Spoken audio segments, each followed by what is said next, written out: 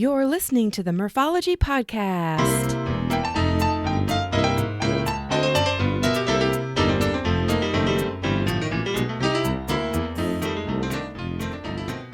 Thanks for tuning into the Morphology Podcast, aka Murph here to share interviews about biking experiences from cyclists who have pedaled to places all over. Each week, we will get to know new people and explore new destinations to ride your bike. As you listen to these adventures, you may wonder, why haven't I done that yet? Well, something different for this week. Are you ready for a murder mystery that involves bicycles? This week, I partnered with my co-host, Andrea Parrott, over at the Just Go Bike podcast to take you back to 1919, where we discuss a famous unsolved mystery. The Green Bicycle case was a British murder investigation and subsequent trial pertaining to the fatal shooting of Miss Bella Wright near the village of Little Stretton, Leicester, on July 5th, 1919. Wright was killed by a single bullet wound to the face. The case takes its name from the fact that on the evening of her death, Wright had been seen cycling in the company of a man, Ronald Light, who was riding a green bicycle. So listen in and decide for yourself if suspect Ronald Light is guilty or innocent. All right, well, on the show today, I have a super special guest, right? Hello, it's me. Welcome, Andrea Parrott, who is my co-host over at the Just Go Bike podcast. Hello, I'm delighted to be here today. Yay! So we're doing a pretty fun, I already, spilled the beans in the intro, but this is going to be a really fun episode because it's not anything like we normally do. It connects our love of murder, of mystery, and of course, bicycles. That's right. Well, and more, I would say less, I don't love murder. I love true crime, right? Because you're right. I don't yes. want anyone to get killed, you but are right. It is fascinating. Okay, you're right. You're right. Okay, let's get into it. A quick interruption to tell you this week's podcast is sponsored by Lizard Lips Lip Balm. These great lip balms contain natural ingredients, come in a variety of flavors, and you can choose certified organic or balms with sun protection. Check it out at lizardlips.net. Now back to the show. I don't even know how to explain it except to just get right into it, right? Yeah, let's just dive right in. And basically, we both share a love of podcasts, podcasting, and naturally with that, we listen to a wide variety of podcasts. I'm a pretty big podcast listener, but it's only during certain times, like when I'm out walking or hiking. I don't drive very often, but when I drive, I usually pop in a podcast. And sometimes when I bike, it has to be kind of a safe situation, but there are times when I'll have one earbud in and I listen to podcasts. So how about you? Yeah, for me, definitely when I'm driving, always when I'm driving. And then sometimes I also, when I'm doing the exercise bike inside, or it's not really, I don't have an exercise bike, but when I'm on the trainer, I always listen to podcasts. Yeah. And looking at, I think it was like the top 20 podcasts I looked up. One of them is very dear to both of our hearts. One of the most listened to podcasts is My Favorite Murder. Yes, that's right. I've been a fan of that podcast for so long now. I mean, I've listened to every single episode at least once. Oh, yeah. Many times. I don't know if you remember this, but you're the reason that I am also hooked to this podcast. Yeah. That's fun that we can share that. I mean, just something outside of biking that we can talk about and enjoy. Yeah. So, yeah. And I don't know if we want to get into this too much, but my favorite murder connection is that when they did the live show in Des Moines, they mentioned a photo that a Des Moines registered photographer had taken on the pre-ride at the Villisca Axe Murder House. Oh, yeah. So it kind of all comes together, and maybe that's a story for another time, but yeah, it's all tied together. Yeah. And basically, My Favorite Murder, it's a true crime podcast, but it's a tiny bit of comedy as well. And, not to say they're not making light of the situation that somebody was murdered, but they kind of put their own little twist on the comedy side of things. Would you agree with that? Yeah, it's sort of like they explain it being like it's when things are so dark and sad in the world, sometimes you respond in a light way with humor to try to lessen the stress of it all or Yeah. like the seriousness of it all. So they look at it in a light way, and they never make fun of the victims or anything Right. awful. Right. It's just kind of taking a lighthearted view of it. Right. Okay, so we both love My Favorite Murder, and this week, to honor My Favorite Murder, we're going to tell the listeners about an unsolved murder mystery. Yes. And so tell me, how is this really, it's a murder mystery. How does it really be appropriate on a cycling podcast? Oh, I'm glad you asked. I'm going to tell you about, it's called The Green Bicycle Case. Ooh, and I have not read anything about this case yet, so Yeah. I will be surprised right there along with you, dear listener. Yeah, and so this is true My Favorite Murder style of podcast episode, because typically one of the hosts will tell the story to the other host and they're listening to it for the first time. So I don't know if any listener has heard of the Green Bicycle Case, but it's a very well-known case based out of England. So I'm going to tell you this, and just really quickly, my sources for this episode, of course, is Wikipedia, and then also a guy named John Driscoll. He has a YouTube channel called Horror and Crime by John Driscoll. So I got a lot of the information from both of those. Oh, awesome. Well, good. Good to cite your sources, so if people want to learn more, they can go ahead and do that. Yes, definitely. Okay, so are you ready? Oh, I've never been more ready in my whole life. And a lot of this I'm going to be reading, so my voice might not sound the same as our normal episodes, but I'm sure you'll get used to it, right? Okay. Or you can give me a hard time. I don't care. Okay, we'll see how it goes. Okay, so the Green Bicycle Case was a British murder investigation and subsequent trial pertaining to the fatal shooting of Miss Bella Wright near the village of Little Stretton in Leicestershire on July 5th, 1919. Ooh, so almost 100 years ago. Yeah, dun, dun, dun. Over 100 years ago. Okay. Yeah. So Wright was killed by a single bullet wound to the face. The case takes its name from the fact that on the evening of her death, Wright had been seen cycling in the company of a man riding a green bicycle. Ooh, the plot thickens. A green bicycle. Yes, I know. Okay, so Ronald Light, a 33-year-old mathematics teacher, is considered the prime suspect in Wright's murder.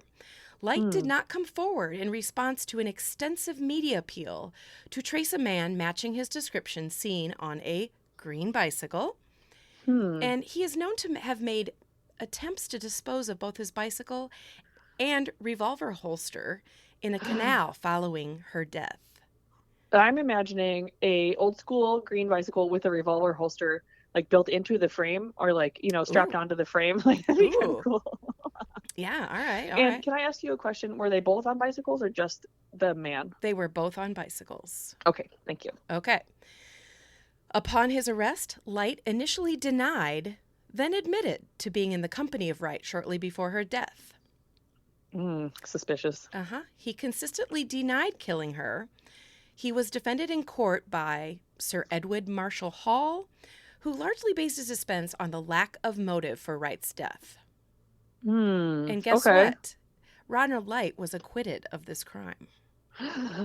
Yeah, but remember, it's unsolved. So as we read through this, like, I'm gonna see if you think he's guilty or innocent. Okay, I already think he's guilty, but okay. Okay, this case would prove to be one of UK's most celebrated and controversial murder cases of the 20th century, with opinions varying among authors as to Light's guilt and the actual motive behind the crime. Should her death not have been the result of misadventure? Oh. I almost should be reading this in an English accent, shouldn't I? Yeah, it would be delightful. But I will say this case has been described by one author as the most fascinating murder mystery of the century. Yeah, it almost seems like an Agatha Christie sort of plotline. I know. Yeah. Okay, let's meet Bella Wright. Okay. She, of course, is the victim. Yes. Annie Bella Wright was born July 14th, 1897 in Somerby, Leicester. She's the eldest of 7 children, and from about 1895, the family lived in a thatched cottage in the village in the village of Stockton, Leicester, 4 miles outside of the city. Okay. Okay. Wright had attended school until the age of 12 before beginning work as a domestic servant, subsequently obtaining a job at a rubber factory in Leicester, approximately 5 miles from home. Oh, so I'm trying to think of, there's a British murder mystery show that I really love that takes place, Midsummer Murders. Have you ever heard of Midsummer Murders? No. This sounds like the exact setting of Ooh. Midsummer Murders, where it's like small cottages and British Yeah. country life, and they're all like, they're working in the local rubber factory. Yeah.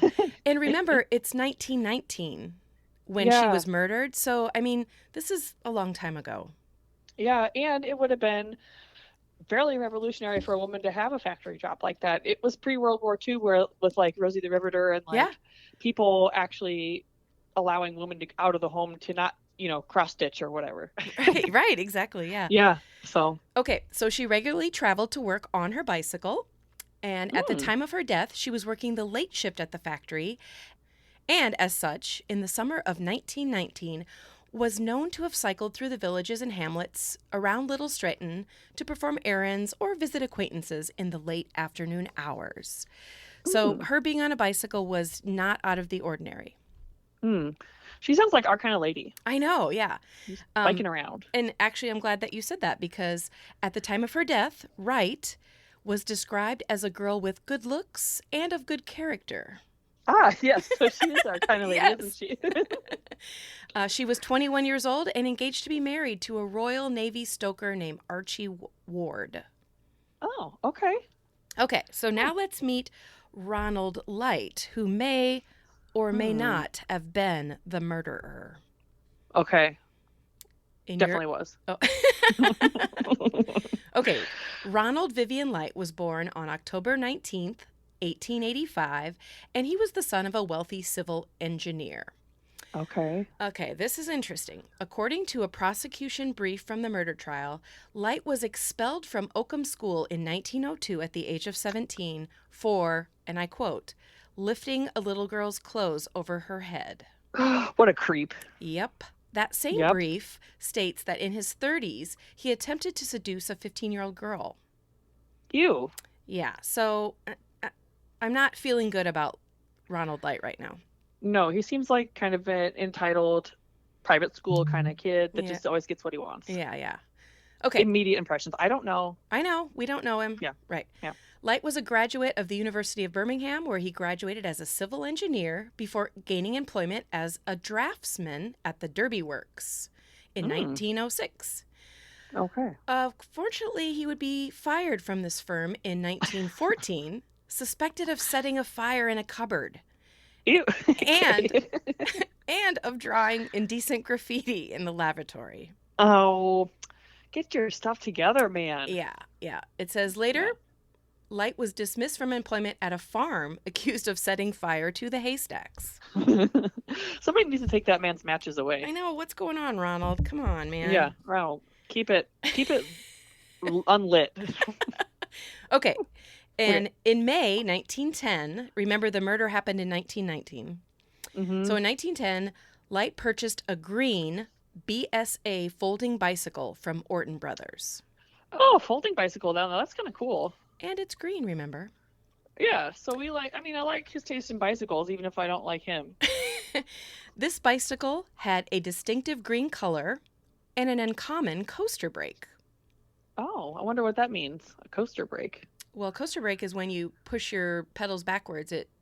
That's how the brake works. Oh, right. But it must have been uncommon for that time or that style of bicycle. Oh, all right. Okay. It's all coming together. Yeah. So around this time, he also became a member of the Royal Engineers, which is like the military. Yep. Okay. So following...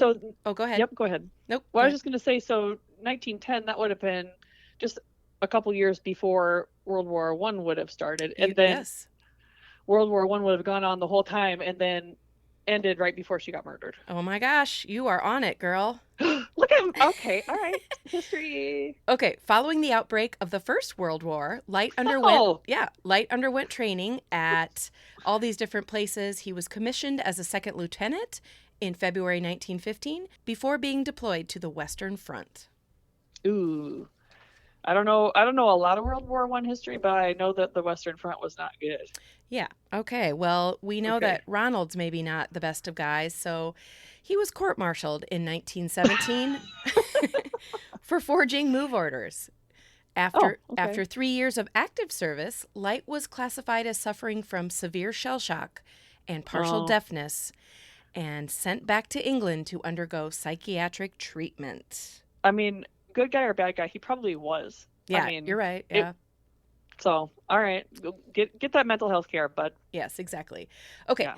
Following recuperation at several army hospitals in England, Light returned to live with his mother in Leicester.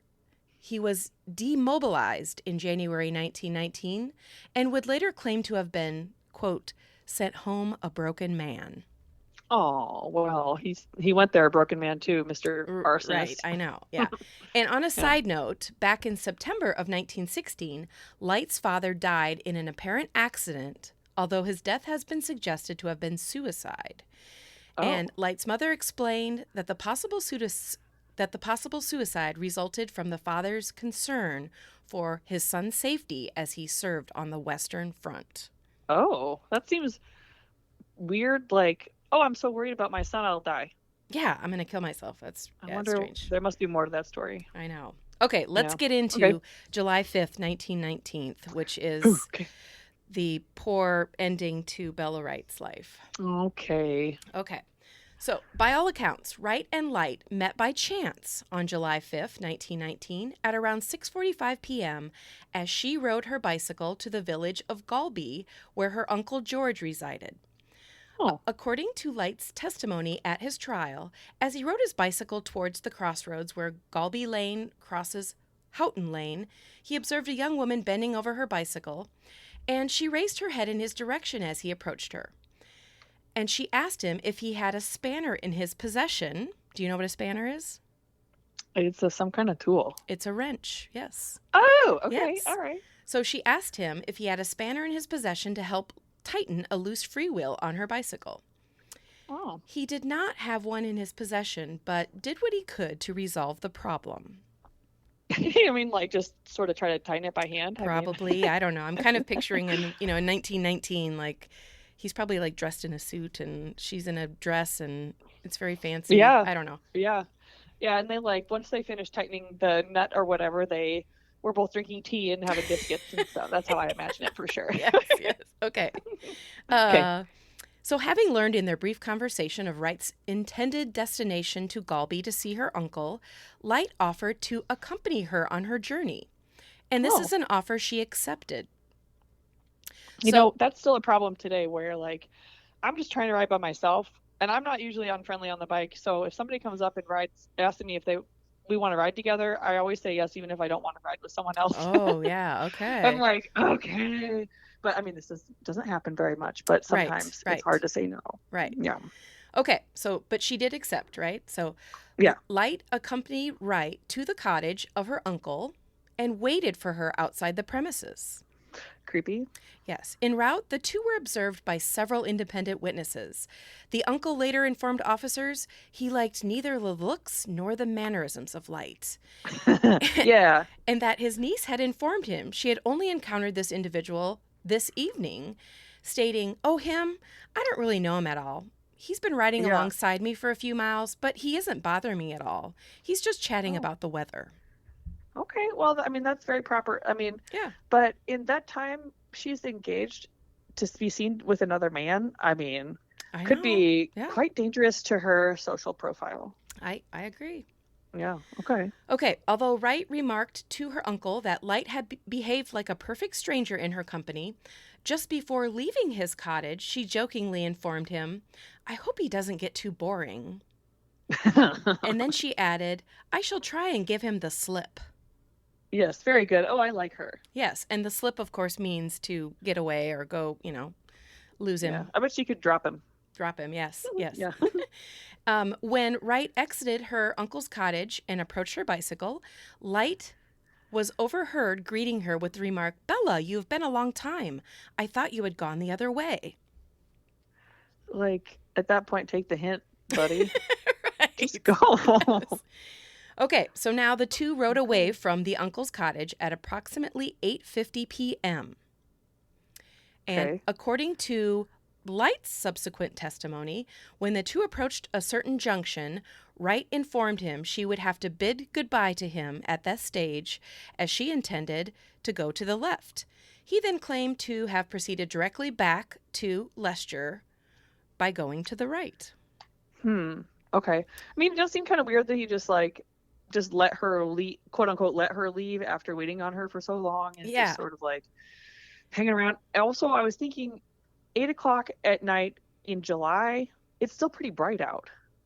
Yeah, well, So it's they actually can still see. it's 8:50, so Mhm. that would be another reason why you'd think he would not leave her, because he would be Yeah, concerned about her safety. that would be the point at which any danger would probably happen. Speaking of Yeah. danger, Okay. dun dun dun.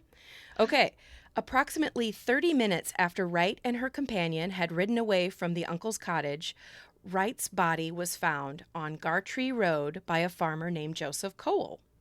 Oh, well, at least she was found nearly right away. Yes, her body was discovered alongside her bicycle, and her face was extensively bloodied with deep gouge marks visible on her cheeks and jaw. Oh, wow. Now that's grisly. Yeah. So, Yeah. surmising the girl may have been run off the road by a motorist, Cowell initially deduced she had fallen from her bicycle and fatally injured herself. So Oh, it's clear to me that her face was bloodied in a way that it wasn't visible how maybe she died, I guess. I don't know. yeah. Yeah. But think about how you fall off a bike face first. It would have had to be like your tire got stuck and you went down real fast. Otherwise, Yeah. it'd be your hands. Yeah, you're right. Right. Yeah. Yeah. Okay. Well, Okay, so remember it's 1919. So Cowell, the farmer, proceeded to nearby Great Glen to report his discovery to a local policeman, which was Constable Alfred Hall. ooh, a constable. Okay. Yes, Now we're Constable. getting British. Yes, Constable Hall phoned a doctor, Dr. Williams, and Dr. Williams came to Constable Hall's residence, where Cowell was there, and the trio returned to Little Stretton, where the doctor gave instructions that the girl's body, so she's clearly deceased, the girl's body will be moved to a nearby unoccupied house upon Cowell's trap. Do you know what a trap is? Isn't a trap a horse cart? Yes, it's a horse-drawn carriage, like a two-wheeled one. Okay. So, Well, and so it would certainly be dark by that point. So they're just trying to get her somewhere where they can see what's going on. exactly, yes. Yeah. Okay. Yeah. Okay, so Dr. Williams made a candlelight examination at the scene before ordering Wright's body to be moved to the unoccupied house. And he agreed with Cowell's initial assumption that she had died in a simple bicycle accident from a combination of loss of blood and a head injury. Interesting. Well, and I'm sure she wasn't wearing a helmet. So a head injury, now that does seem likely. Yeah, exactly. Or within the realm of possibility. Right. Yeah. So, not accepting this explanation, Constable Hall returned to the scene the next morning at 6 a.m. to search for any signs of foul play. Good on you, Constable. Yeah. And a careful search uncovered a bullet 17 feet from where Wright's body had lain. Oh my God, a bullet. Now that is a sharp eye. I mean, seriously. Yeah. In a country lane. Yeah. Yep. Yeah. So then he proceeded to the unoccupied house and he washed the congealed blood off the face of the corpse. And guess what he found? I don't know what. A single entry wound beneath the left eye. Oh my God. Now that's crazy that they wouldn't have seen that, or an exit wound. Yeah. Okay. So after Hall's discovery, Dr. Williams and another doctor performed a full post-mortem upon the body, discovering the victim had been shot beneath the left eye from a distance of 6 to 7 feet, and that the bullet had exited the rear of her skull. Oh, wow. Huh. Okay. But her face is all cut up. So I wonder if maybe she just fell after that. Yeah. After Or being maybe shot. the impact of the bullet, kind of like Yeah. where it went into her bones. Yeah. I don't know. Yeah. Yeah. So obviously, the dead girl was identified by relatives as Bella Wright, and now an inquest into her death is murder. It's a murder. Yes, it's a Oh, murder. all right. And are you going to talk about what kind of bullet it was or anything? They do talk about the kind of bullet, and it is from a military gun. Oh, okay. Because you would almost say in the middle of the country it could be like a stray shotgun shell or something, but that's Yeah, clearly not the case. yes, you're right. So Yeah. Okay. it was like I think it was a 45 caliber bullet, and that is the same sort of bullet that is in military guns. And remember, he was in the military, so. Sure. Yeah. Uh-huh. The pieces fit. Yep. Yeah. Okay, so now we know this is a murder. Bella Wright Yes. is deceased, and we don't know who did it. Or maybe you Okay. think you know I who did mean, it. okay. Well, Uh-huh. yeah. Okay, let's get into the investigation. All right. Police inquiries revealed nobody except Wright and her riding companion had been in the vicinity of Gartree Road at the time of her death. Hmm. As several people had seen the riding companion, investigators were able to obtain a detailed description of this individual: 35 to 40 years old, a broad, full face, 5'7" to 5'9" in height. Okay. And, true to 1919, he had been wearing a gray suit, a gray cap, collar and tie, and black boots. Gray, gray, gray, gray, gray. Yeah, I know. The chief constable appeals to both local and national press, urging this man to come forward, and no Yeah. one came forward. Well, I mean, if you were the murderer, I wouldn't either. Right, I know. Yeah.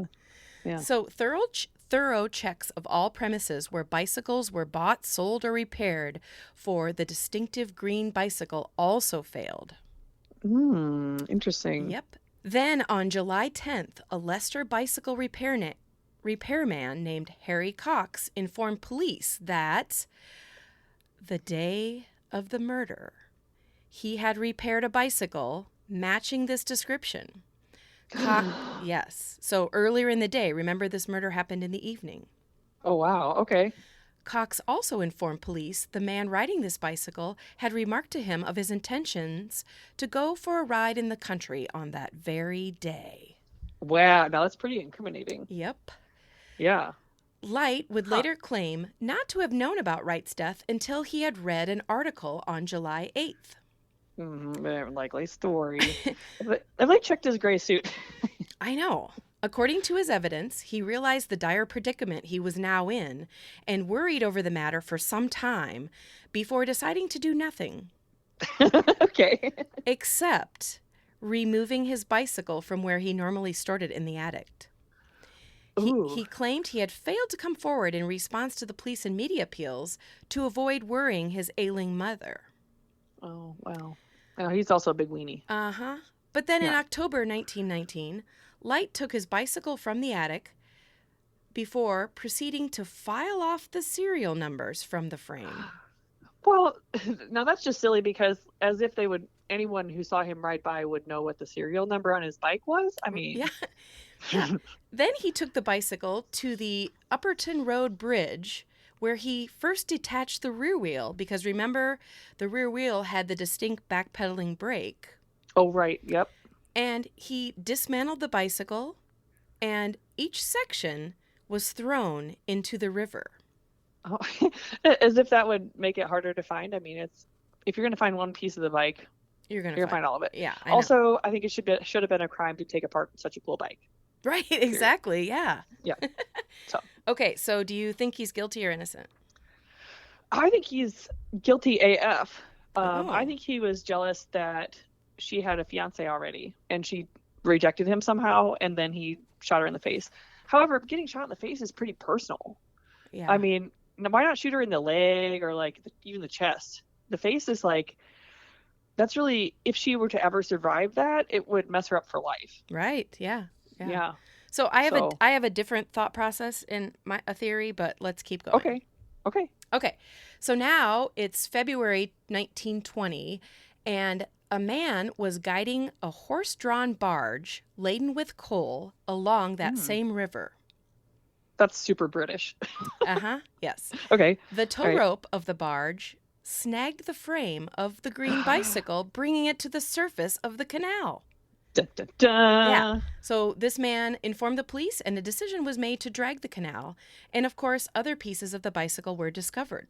Huh. Okay. Examining the frame of the bicycle, investigators discovered that although the serial number had been filed off, the BSA brand name had been filed off the fork, but a faint serial number was still visible on the inside of the fork. Ooh. Dun, Shoddy dun, filing dun. job. Yep. Ugh. Inquiries at businesses which bought, sold, or otherwise repaired bicycles revealed this cycle had been bought by Light 9 years earlier. Busted. Dun, dun, dun. Dun-dun. Okay, the arrest. So Okay. remember, this murder happened July 5th, 1919. Yeah.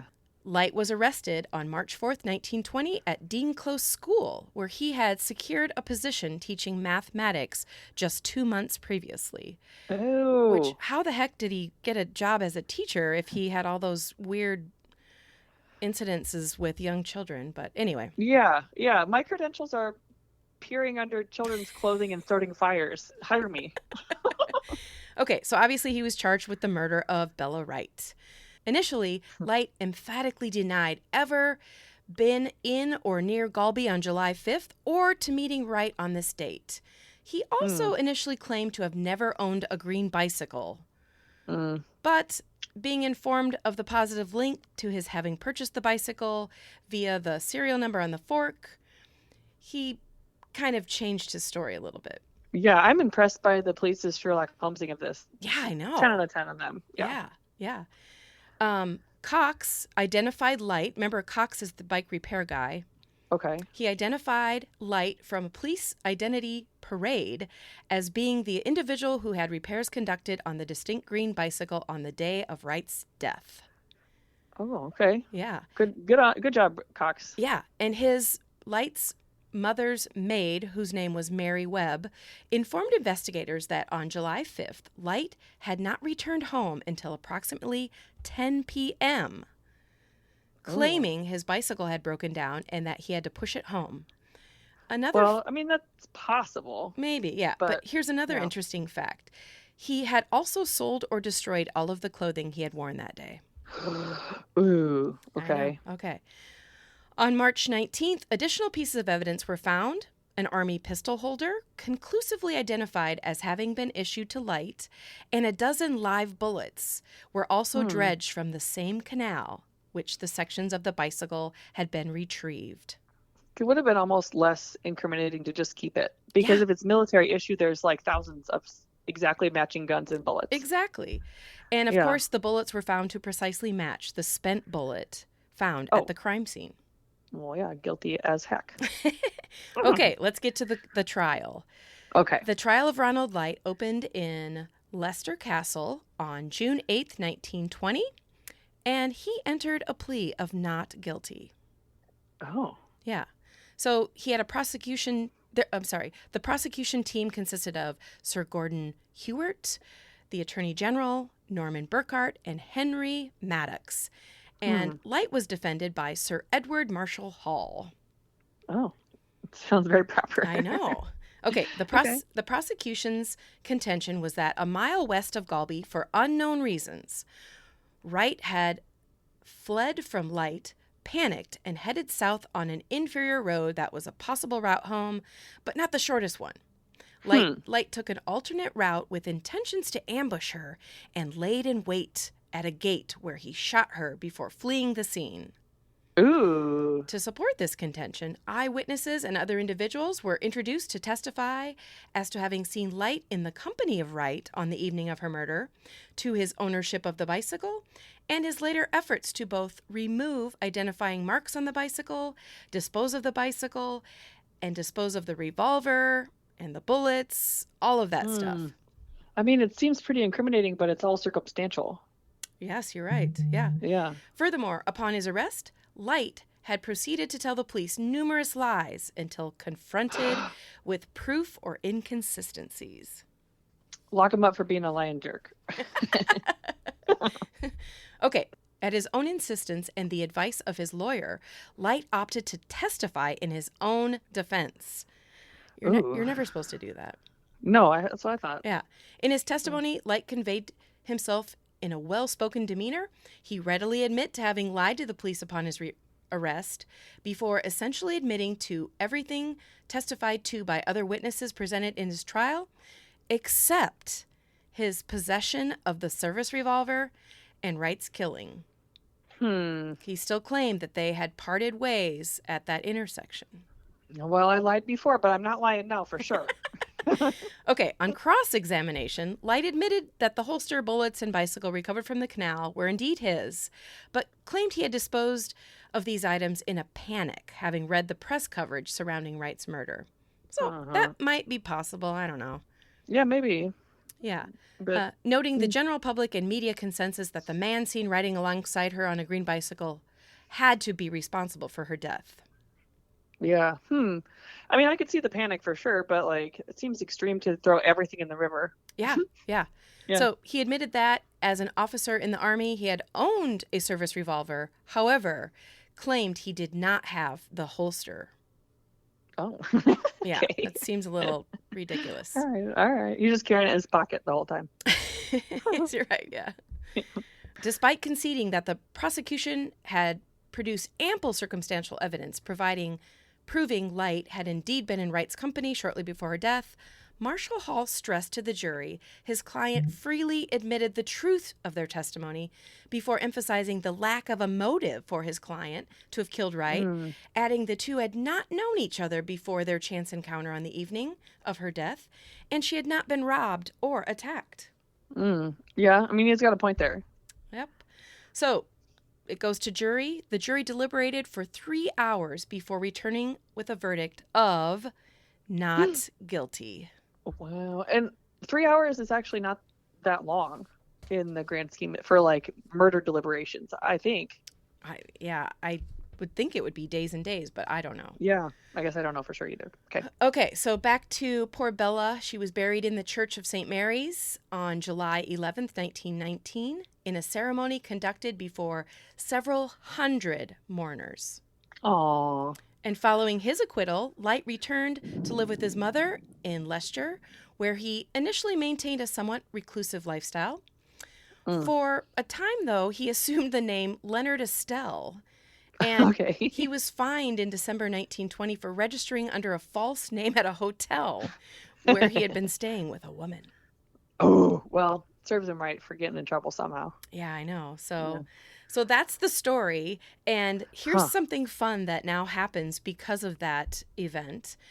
With support from British Cycling, Leicester City Council organizes an annual guided cycle ride, which reenacts the case. Oh, that's so cool. Oh, we have to go. Somebody actually has to die, though. Right. Oh, gosh, I hope not. Yeah. It says... Yeah, not it on being Bella Wright.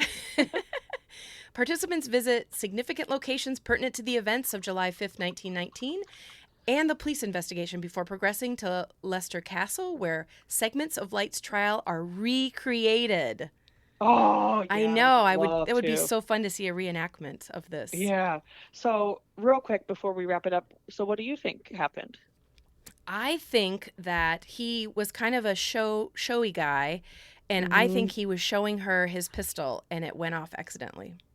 Ooh, I love that. So I think that he did kill her, but I just don't feel like there's a motive. Like, why would he spent the entire, even if she said, "Hey, I'm engaged, I don't want to be with you," I don't think he would kill her, but maybe he would like start her bike on fire or something. But I mean, that does explain why she was shot in a sort of random location. Like, who shoots people in the face? Right. Yeah. Yeah. So that's like my that. thought. And a couple fun facts before we end. For several decades following Light's acquittal, his green bicycle hung on the wall of a cycle shop in England. Isn't that cool? That is kind of cool. Yeah. And then in 1987 at Christie's auction, an anonymous bidder purchased the bullets and holster recovered from the river for $6,000.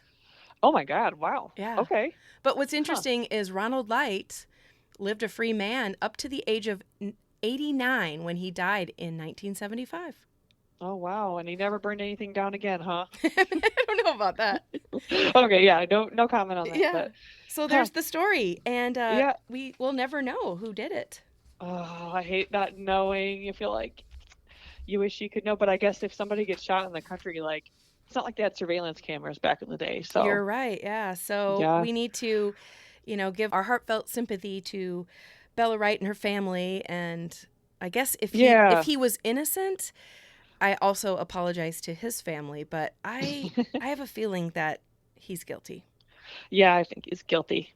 But if not, then apologies. I agree. But thanks for telling me that story. It was so interesting and engaging. Yeah, and hopefully the listeners enjoyed it too. Well, that's it for this week. A few great deals to send your way. Use code MURFOLOGY at hammerhead.io to get a free heart rate monitor with your crew too. And a shout out to Lily Trotter's compression socks. Use code MURFOLOGY to get 20% off your purchase of the best compression socks. Also use code PRIMALMURPH for 20% off your Primal Wear cycling gear at primalwear.com. Of course, email me at murphologypodcast@gmail.com if you have a topic or the name of a cyclist you find interesting. Support my podcast at patreon.com/murphology and visit my Facebook, Instagram, and website for daily entertainment. I have more great episodes in the pipeline, so I hope you continue to be a Murphology podcast listener.